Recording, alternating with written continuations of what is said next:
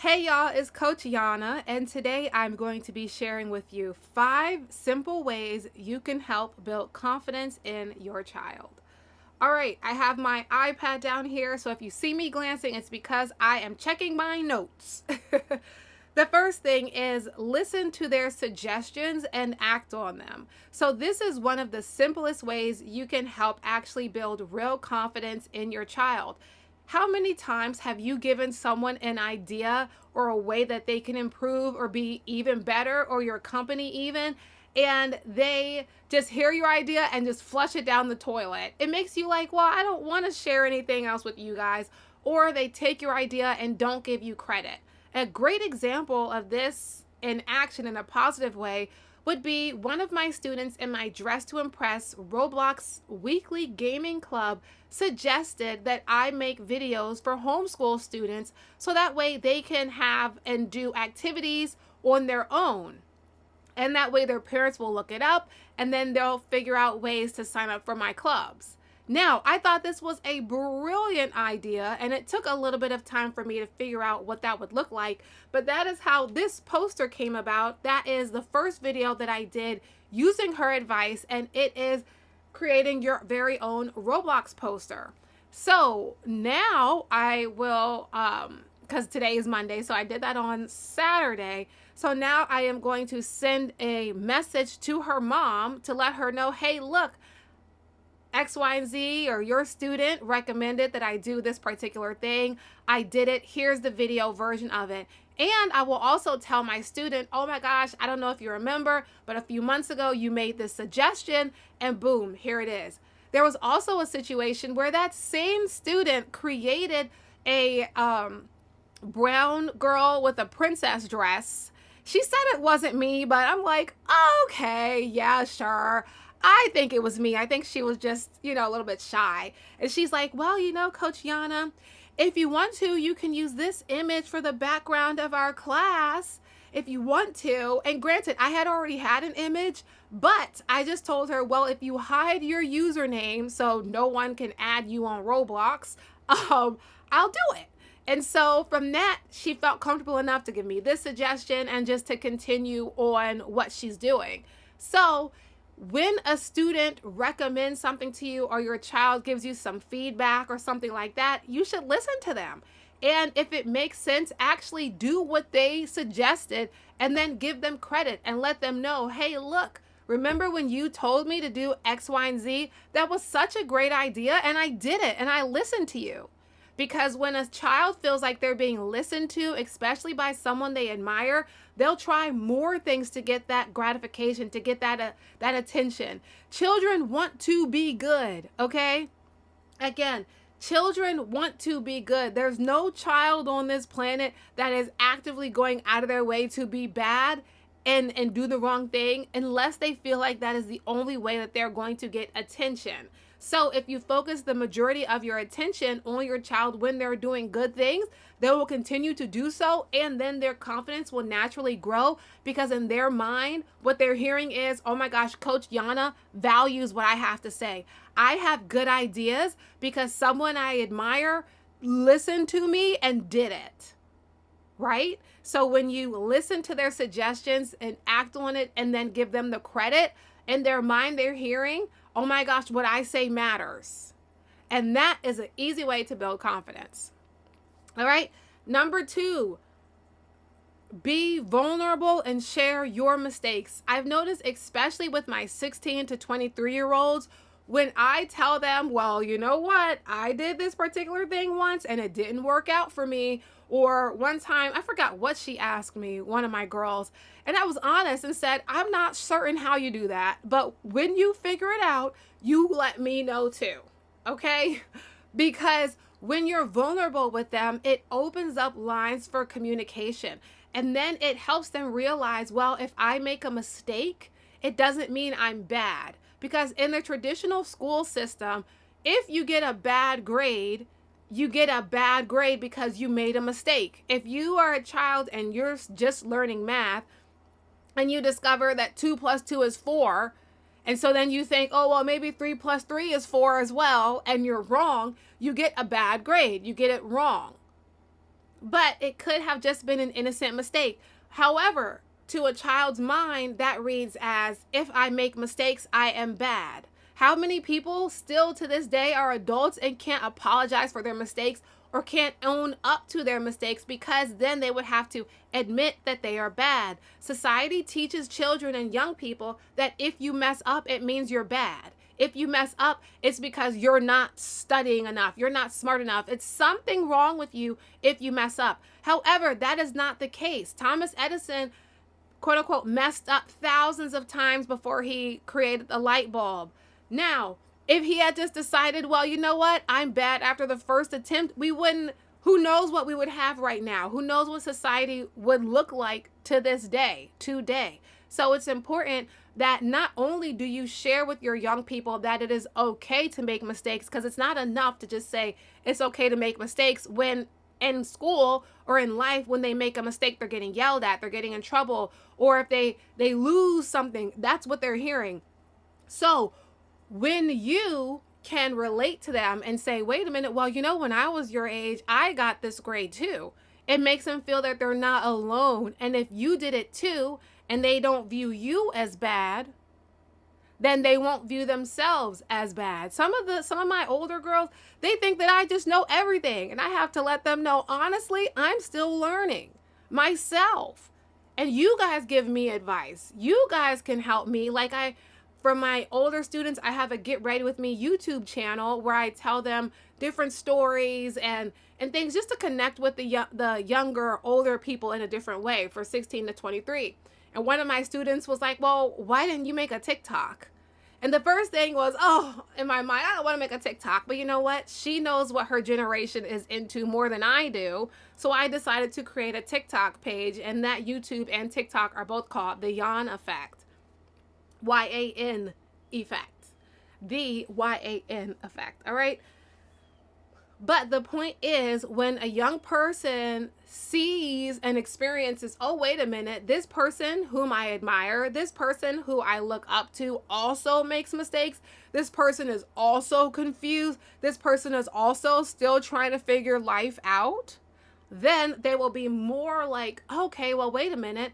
I don't think they're bad, so I'm not bad. So I say that to say it's not enough to just tell your young person that mistakes are part of life. It's not enough to just do that. You have to go the extra mile to reinforce it by explaining to them and being vulnerable to them, letting them know when you made a mistake, letting them know when life wasn't as simple and as easy for you, letting them know to this day that you are still learning, that you are still making mistakes, and just being vulnerable. It allows them also to humanize you, see you more as a peer, so to speak.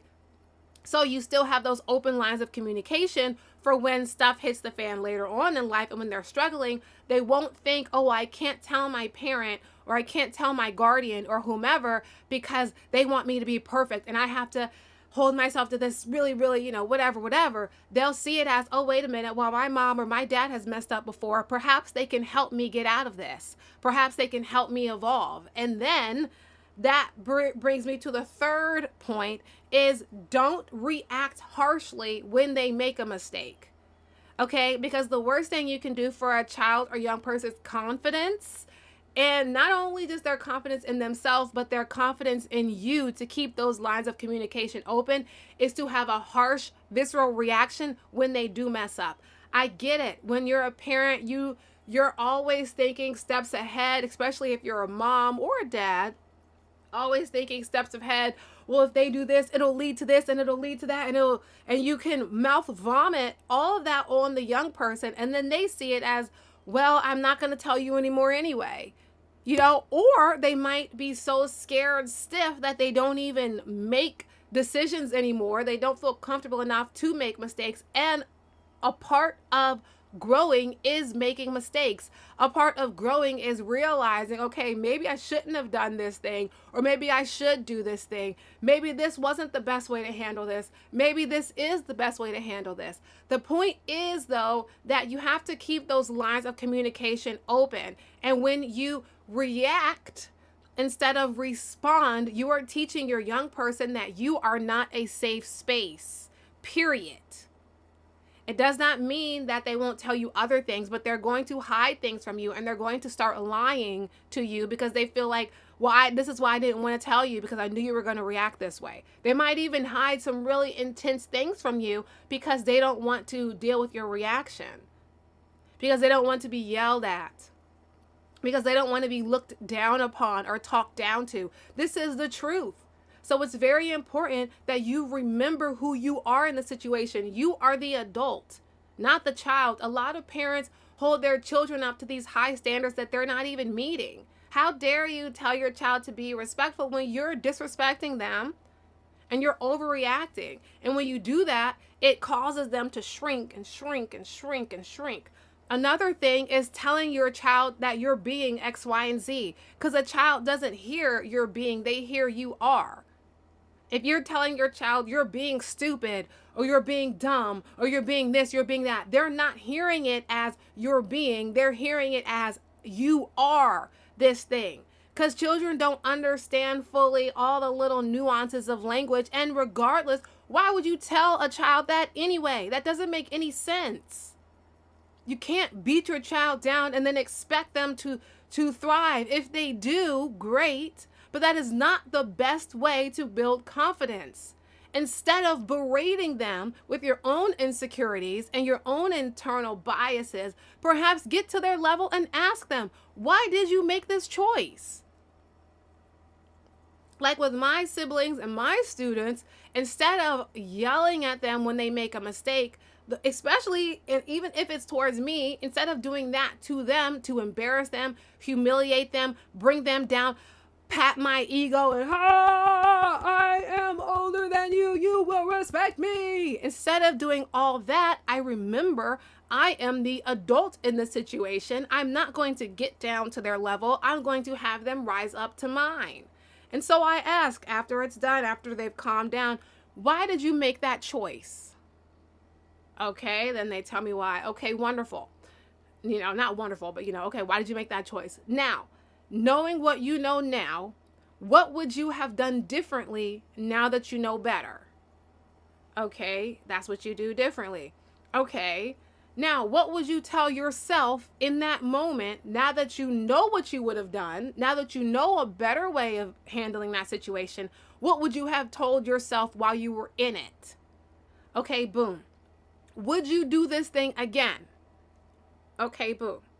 Now, recognize that you've grown and look for an opportunity to grow, because you always have another opportunity to do the right thing. So the next time you're in a situation like this, remember how this felt. Remember that you're going and you're choosing to make a better decision, and then make that better decision next time. All right?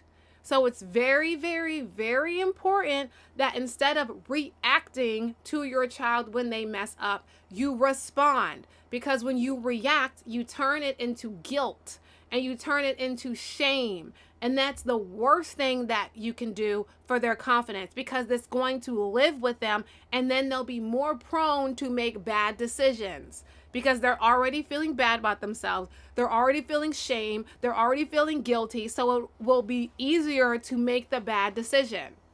If you teach them how to improve and evolve, and remind them that just because you made this choice, it doesn't make you bad. Let's review all the things that you did. Review what you thought was going to happen. Review why you made that choice. And now what's a better choice? Then you'll focus their mind into, okay, well, I'm not bad because I made this mistake. Now, how can I improve? And you have them focus on doing better next time, being better, being the better version. All right. Now, that's a little bit more complex because it requires you to look in the mirror and not be so reactionary. But that's what you have to do. You have to take control of your life so that way you don't send your children down a spiral of shame and guilt. Because it's easier to do than you would think. Children and young people are already overthinking. They're already prone to feeling guilt and shame because of societal norms. They're already prone to that. So we have to do, as the adults, we have to do the extra work to ensure that we are not passing down our own traumas onto the children. and the young people, and then go a step further and helping them redirect that. If you wouldn't do it again, that's proof of growth. That's what I tell my siblings and my clients flat out. If you wouldn't do it again, instead of feeling shame about the fact that you did it, feel compassion for the you who didn't know better, and be thrilled in the fact that now that's proof that you've learned. If you wouldn't do the same thing again, it's actually proof that you've learned. It's proof that you've grown. So focus on the fact that, wow, and celebrate the fact that, wow, I've grown so much that I can look back at this experience and see all the wrongs that I did. And I can only do that now because I know better, meaning I'm a better version of myself. And if you can get that implanted in their mind, the confidence from there will just continue to grow because it'll become a natural response instead of a reaction. All right. The fourth thing is find safe ways for them to lead through games and letting them make decisions. So this is at any age. The most people, let's say you're playing a game for the first time, or you already know how to play, right? And let's say you're playing Monopoly, because that takes a minute to set the board up, or you're playing that life game with the spinner. Don't set the board up for your child. The first thing that a lot of parents do is just because it's easier, you want to just get going, you want to play, and sometimes there's frustration and like, don't you know where the thing goes? No, they don't know where the thing goes because they never played before. So instead of setting the game up and going in with the idea that, oh my gosh, we're going to play and we're going to do this, use it as a learning moment. Get the game and give it to the kid and say, okay, this is your job. Young people, especially the younger children, they love jobs. They love feeling included. They love being in control. They love leading the way. Okay, so you get the board game and you tell them, okay, you set it up. You as the parent have to take your parent hat off and take your learner hat on. Put your learner hat on, put your teacher hat on, and let them lead. If they ask you, where does this thing go? I don't know. Even if you do know, you just tell them, figure it out. Read the instructions. Read the directions. You can do this. If they start getting frustrated, let them get frustrated. Because what's the worst thing that can happen? You just play the game wrong?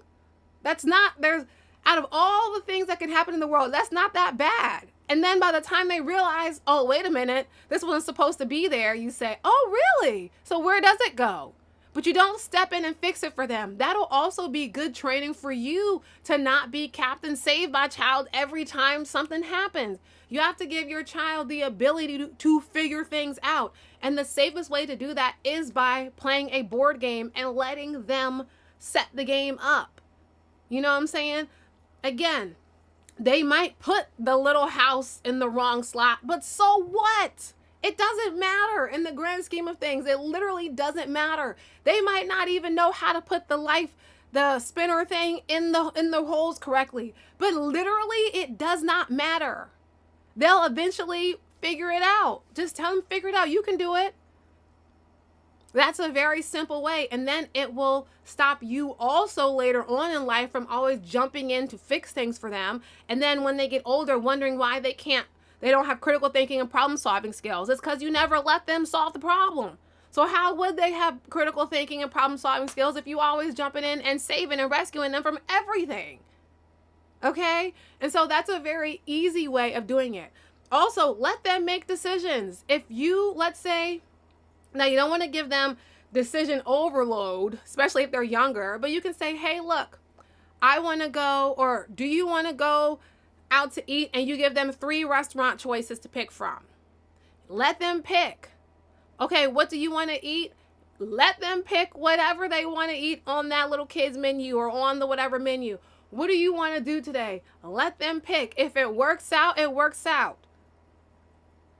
If you tell them, especially when they're older, that we're going somewhere and it's going to rain and they forget to bring an umbrella, that's what it is. They're just going to get wet. And then you tell them, well, what do you think you should have done? I should have brought an umbrella. Okay, well, there you go. Bring an umbrella next time. Sometimes there are safe ways to let them learn lessons without being cruel. Now, of course, after they get a little bit wet, if you have an umbrella, you could say, okay, get up under mine, but let them feel a little bit of water first. Just enough so that the message sticks. Let them make decisions. Like in my gaming clubs, an easy way to do that is when we're playing Dress to Impress Roblox, the Roblox game, if we're playing in free play mode, I let each student come up with a theme. And then when another student has another theme, I say, okay, great, but you already came up with one. Let's see if such and such has a theme. And then we'll go back around. But you also have to wait your turn. It's not your turn to pick a theme right now. It's hers or it's his. So we'll get back around to you. Let them make decisions. There's another club for Hypershot. That's another Roblox game. One of the kids went and said my gun wasn't good enough, so then he got me a better one. And I used it. Why? Because I'm letting them make decisions. You have to let the young people make decisions and reap the whatever happens after. It might be beneficial right now. It might not be right now, but long term, because they already have practice making decisions, it will be easier for them to make decisions later. Sometimes I let them vote. Are we going to do this or are we going to do that? And then the vote might be even. And I say, well, you guys figure it out and you let me know. So that's what they do. They figure it out and then they let me know. Okay, Coach Yana, they might go back and forth a little bit, but it's respectful because they also have to learn how to stand up for themselves. So they'll go back and forth and then eventually they'll come up with something. And then they'll say, okay, Coach Yana, we're going to play this right now. That's what you have to do. You have to give them the opportunity safely to make decisions. So that way they get used to making decisions. Right? Then finally, the fifth thing is show general interest in the things they love to do. This will not only help you build confidence in them, but it'll help you strengthen your relationship as well. When they want to show you something, let them. And then the biggest thing you need to do is, even if you already know something, still feign ignorance, not all the time, but allow them to teach you. You don't have to be in competition of who's smarter than a fifth grader with your child, all right? So for example, if your child just learned that oxygen is O2, if they just learned that water is H2O, right? When they tell you, don't let, everybody knows that. Be like, wow, really? And what else did you learn today? And then that opens the lines of communication, because every time you shut them down, you're putting in their mind, okay, that's not important. What I have to say isn't that great. You might not be doing it on purpose, but it does not mean that that's not what's happening. Because children don't see the world like adults see the world. So let them have the joy of telling you and teaching you something, because it's building their confidence. I have multiple Dress to Impress gaming clubs every single week. And the student who told me about this idea, she always goes above and beyond to create or to figure out what all the codes are, where all the secret things are. She always, with all the quests, because I have her on Monday, thankfully. So by the time we get to the next classes, I already know all the codes. I already know where everything is. I already know how to do the quest. I know everything because my student already told me, right? The one that recommended that I start doing the videos. So what ends up happening though is I'll have my very next class on Mondays. I have another class at 9. So I have her at 6 p.m. my time. Then I have another class at 9. Those girls at 9 will tell me, oh, Coach Yana, did you get the new code item? And I'll say, oh, a new code item? What is the code? Granted, I already have the code item, but I'll type it in, or I'll take enough time that it seems like I've typed it in. Then I'll go to the dressing room and say, this is for this one particular club, just to give you an understanding. I go back to the dressing room and say, wow, look at this item. Oh my gosh, thank you so much. I need you guys for this type of stuff. The next club I have on Tuesdays, same thing. They'll tell me, Coach Yana, did you get this code item? Did you know this code item? Boom. Now, if they don't know that there's a code item, then if it's enough time, then I'll ask, hey, did you guys know about the new code? And then they'll say, oh, yeah, or they'll say, oh, no, what is it? What is it? Because the code items are like collectibles for kids. So you got to have those code items. That's why they're feeling so important about having their same profile, because then they get all these items, right? So I allow them, even if I already know how to do something, I allow them to teach me. And then if I don't know, then I really do. Like in Minecraft, there's so many things I don't know how to do in Minecraft. Like, I'm not even joking. It's like, I don't know how to do pretty much anything in Minecraft other than like hide and build the stuff, and that's about it. Everything else, I'm a total novice in. So it's to the point where my students are like, Coach Yana, you don't know how to do anything in this. How don't you know how to do stuff and you're the teacher? And I say, listen, I know how to create a great environment for you guys, and then that's about it. But I don't know how to play the game. And so that's the last little blurb I will also add as a bonus is when children ask you questions, don't always assume that they have some malicious intent behind it. They might be trying to be a little, whatever, but you have to remember you're the adult, and sometimes they're just curious. Someone who was, I guess you could say, more insecure than me could have taken, well, how don't you know how to do the things and you're the teacher, like a gut punch. But me, I'm like, well, you're right. I don't know how to do it, if I'm being honest. Okay? Because this is hard for me. This is a lot. I'm confused. That's why. And then I always cycle it back. That's why I need you guys. That's why you're so important, because you can teach me how to do these things instead of getting upset with them and like feeling like my ego is bruised. Oh, how don't I know how to do this? Why are you talking to me like that? Or one student, because sometimes the attendance ebbs and flows depending on what time of the year. One girl goes, Coach Yana, how come it's just us right now? Like me and another student. Egotistical version of myself could have been like, what's she trying to say? I don't know why we don't have a lot of kids. But I didn't. I just say, I'm not sure, honestly. Maybe tell some of your friends and then ask them to enroll so we can have more students. But I'm still enjoying time with you guys. What about you? Oh, yeah, I'm still having fun. I was just curious. A lot of times, young people are just curious. They might not have an ulterior motive behind the question, right? But anyway, show genuine interest in what they're doing. Show genuine interest and curiosity. Ask them questions. They want to bring you into their world. They want you to know more about them. They want to have a close relationship with you. All children want approval. They want you to say good job. So say good job. Okay, so these were my 5 lessons and 5 ways that you can help build confidence in your child. Some, of course, are easier than others. Oh, the camera's over here.